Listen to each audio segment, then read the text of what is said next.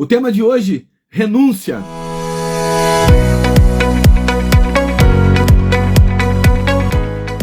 Esse tema é um tema que muita gente confunde e é muito comum a gente olhar para as pessoas e ela falar assim: como assim renúncia?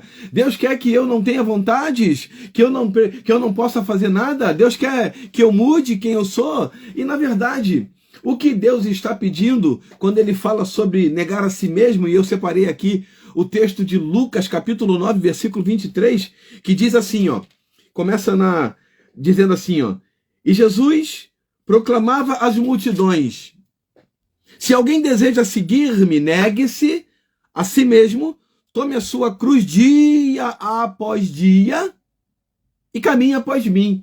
Então Jesus estava colocando uma proposta nova, algo que não era comum, porque os judeus, eles esperavam um líder, né, militar, um rei terreno. E Jesus se apresenta como alguém que vai construir, sim, um reinado, mas um reinado espiritual, um reinado eterno. E não naquele momento, naquele contexto em que as pessoas estavam ali naquela guerra sem fim. Os romanos e os judeus se aliando aos romanos para poder encontrar uma maneira para fazer com que Jesus fosse capturado. Então, nesse contexto todo, eles esperavam um rei ali na terra. Eles esperavam uma pessoa que fosse consertar aquele contexto, libertar o povo de Deus daquele cenário de opressão.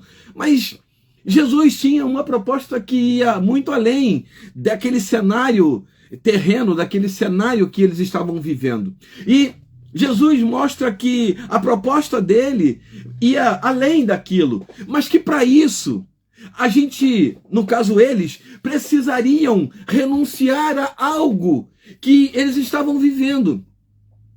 Note que essa renúncia, ela não quer dizer deixar de ser quem eu sou, mas deixar de lado as minhas vontades, o meu ego, aquela coisa que está ali dentro de mim, que tenta fazer com que a minha vontade prevaleça.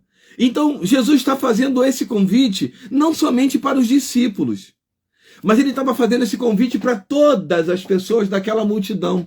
Note que, olha o que ele diz, ó: e Jesus proclamava às multidões. Então não era só para os discípulos esse convite, esse desafio.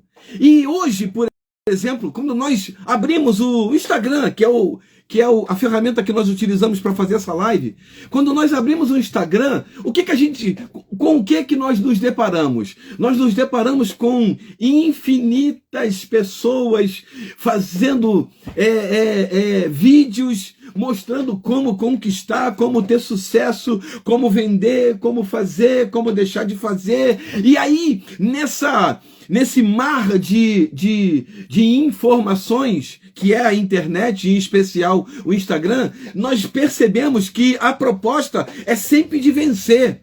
Né? Como você faz para vencer? E esses tutoriais, eles não nos ensinam como que nós fazemos.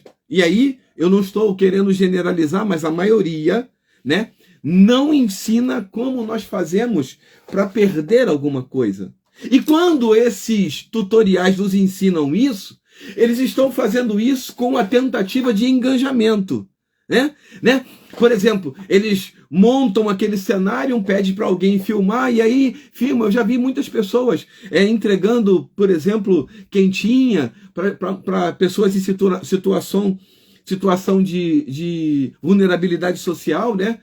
Moradores de rua, né? Pessoas assim, nessas vulnerabilidades, e aí a pessoa vai lá, oferece aquela quentinha, mostrando aquilo para que ele possa ganhar engajamento na internet. Isso é muito comum. Pessoas salvando algum animal que caiu no rio, e eu não estou dizendo que não existe pessoas fazendo isso de forma legítima, não existe sim, mas muitas dessas pessoas estão buscando engajamento. Então, nós percebemos que na internet há uma busca incessante por vencer, vencer, conquistar, conquistar. Quando a proposta de Jesus é renunciar, perder, negar a si mesmo. Então você percebe que o evangelho, ele é paradoxal, ele é contraditório. O evangelho, ele ensina a perder para ganhar. Aquele que perder a sua vida, acha, como é que eu vou perder minha vida para achá-la? Como é que eu vou perder a minha vida para ganhar? Como é que eu vou perder alguma coisa para em seguida ganhar? Essa proposta, ela foge da lógica humana. Ela foge daquilo que eu e você conhecemos como algo que vai nos levar à conquista. Então, quando a gente percebe na internet, a gente percebe que há uma força, né, muito grande, um esforço tremendo de pessoas mostrando para outras pessoas como é que elas fazem para conquistar. E a proposta de Jesus aqui é: se alguém deseja seguir-me, negue-se a si mesmo, tome a sua cruz, dia após dia, caminhe e caminhe após mim. Então a proposta de Jesus, ela vai contrariar toda essa lógica humana, todo esse cenário, esse contexto acelerado, esse contexto que vai nos colocando numa aceleração sem fim. Ela vai contrariar tudo isso, porque ela está pedindo, ou essa proposta, ou o pedido de Jesus é para eu negar. E quando Jesus me orienta a isso, é porque ele faz isso. Livro de Mateus, capítulo 26, versículo 39. Ele está diante de uma situação e ele pede ao Pai que afaste, se possível for, aquele cálice dele. Nesse momento a gente percebe que Jesus, ele está tentando sair de cena naquele contexto de sofrimento e dor, mas não apenas o sofrimento físico. Jesus estava vendo, além do sofrimento físico, Jesus estava vendo a separação de Deus, porque note, quando ele se entrega para ser crucificado na cruz do Calvário, Jesus não foi capturado, ele se entregou. Quando ele se entrega para ser morto naquela cruz, ele se entrega no meu lugar e no seu lugar. Então, Jesus não tinha pecado, mas ele tem que se fazer pecador para ele estar naquela condição de cruz. A condição da cruz era uma condição de maldição. Então, ele, para se fazer maldito, né, ele teve que assumir os nossos pecados. E nesse momento, ele se torna pecador, tanto quanto qualquer outro, para que ele pudesse estar naquela cruz e morrer a morte da cruz. E dessa forma, o pecado separa o homem de Deus. E naquele momento, Jesus estava sentindo a dor dessa separação, não somente a dor física, a humilhação, os cuspes na cara, as chicotadas. Não, aquilo tudo fazia parte desse sofrimento, mas o que Jesus estava sentindo mais dor era da separação, era da morte. Jesus precisava morrer para ao terceiro dia ressuscitar. E ele só iria morrer porque ele estava se colocando no nosso lugar como um pecador, como uma pessoa comum que havia pecado. Você lembra daqueles dois homens que estavam sendo crucificados ao lado de Jesus? Um deles pede para que Jesus liberte ele e aqueles dois. E o outro diz: você está falando besteira, porque nós estamos aqui porque merecemos. Mas ele não fez nada de errado, ele não pecou para estar ali. Então, Jesus estava numa condição de pecador, sem ter sido pecador, sem ter cometido pecado algum. Então note que essa condição de pecador trazia para ele uma consequência muito grave, que era a separação. E aí ele diz: Pai, se possível for, afasta de mim esse cálice. Afastar o cálice significava dizer, não deixar que ele participasse, que ele vivesse aquele momento de dor e sofrimento. Mas note, em seguinte, Jesus fala, contudo, no entanto, todavia, não seja como o que eu quero, mas seja o que tu queres. Jesus estava colocando a sua vontade de lado para realizar, para fazer, para cumprir a vontade do Pai. E é essa a orientação, é esse o convite feito por Jesus. Jesus quer que eu e você deixemos as nossas vontades de lado para fazer, para obedecer, para cumprir a vontade do Pai. Isso é fácil? Não. Isso é difícil. Isso é desafiador, mas é possível. Quando nós decidimos, porque entenda bem isso definitivamente, já falei isso várias vezes. Quando nós nos convertemos, algumas pessoas pensam que a partir desse momento nós nos tornamos um anjinho, né? Com a auréola aqui, e a partir daqui a gente não vai pensar nada de errado, a gente não vai querer fazer nada de errado, a gente vai seguir uma vida de santidade total a Deus, e aí a gente não vai cometer nada. Não. Jesus, ele conhece a minha estrutura física, a minha estrutura emocional, ele conhece absolutamente tudo. Ele sabe do que eu penso, mas ele espera que mesmo pensando algo, mesmo que eu tenha vontade de fazer algo, eu renuncie em detrimento da vontade dele, que para mim deve ser soberana. Para você, a vontade de Deus deve ser soberana. Ele não espera que nós sejamos um robô programado agora ou reprogramado para não pensar absolutamente nada. Nós temos uma memória e essa memória vai nos levar a pensar coisas, vai nos levar a lembrar de coisas cometidas no passado. E como que a gente faz isso? Como é que a gente vai seguir, então, em paz com Deus, se a gente tem uma memória que nos faz lembrar? É só fazer o que o apóstolo Paulo recomenda aos Filipenses, no capítulo 3, versículo 13 e 14. Esquecendo-me das coisas que atrás ficam e avançando para as que estão diante de mim, prossigo para o alvo, o prêmio da soberana vocação de Deus em Cristo Jesus. Então a proposta para mim e para você é negar-se a si mesmo. E o que significa isso? É não se lembrar do passado? Não, é deixar ele lá atrás e seguir em frente, tentando cumprir a vontade de Deus, que é boa, perfeita e agradável, negando aquilo que está dentro de mim, o eu. Nós precisamos destronar, tirar o trono do eu daqui de dentro de mim, né, de dentro de você, tirar o trono e colocar o trono do Senhor. Colocar o Senhor e destronar tudo que está aqui dentro. O convite de Jesus é: tira o eu e coloca Jesus para reinar. A partir de agora, nós vamos seguir os passos do Mestre. Por isso Paulo disse, não vivo mais eu, mas Cristo vive em mim. Paulo não estava dizendo que ele não tem mais vida. Não! Ele estava dizendo, eu quero fazer muita coisa, mas em detrimento da vontade de Deus, eu vou abandonar essas coisas que eu tenho vontade.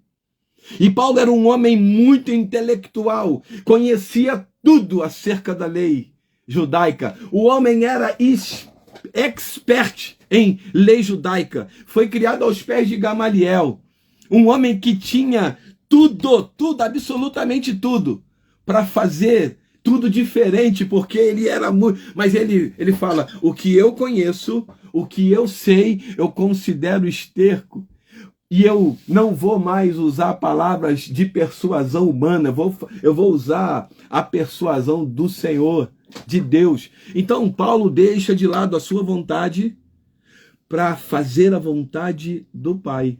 Esse é o desafio para mim e para você. A renúncia é desafiadora. A renúncia, em alguns momentos, vai causar sacrifício ou vai exigir de nós, de mim e de você, sacrifício, mas ela vai nos levar a viver a plenitude de Deus. Ela vai nos levar a viver o propósito de Deus para a minha vida e para a sua vida.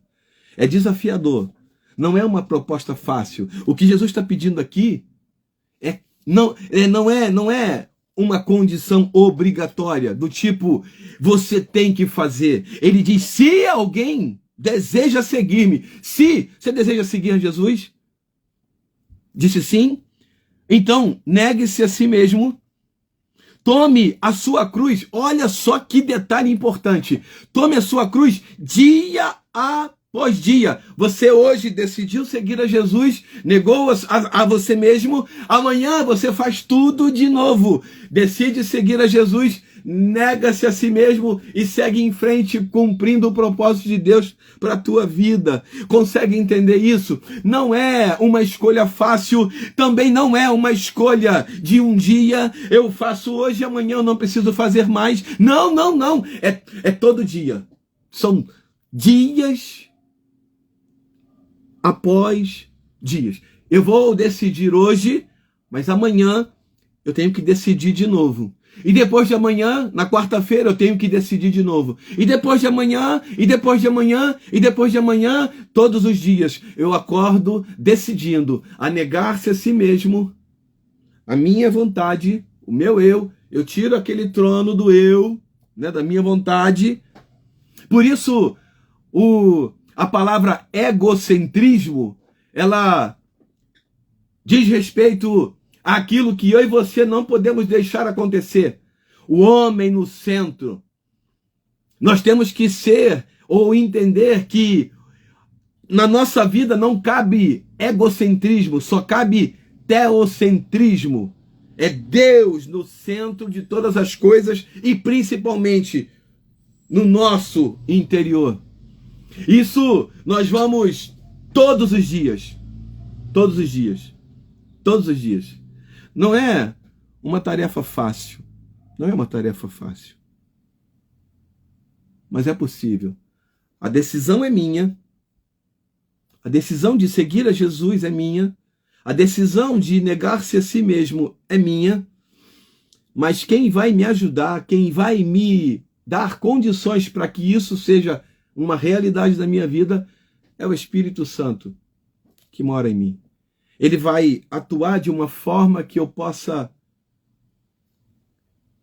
fazer tudo aquilo que eu preciso fazer para me negar e para seguir a Deus. O livro de Tiago, ele diz assim, ó, sujeitai-vos, pois, a Deus.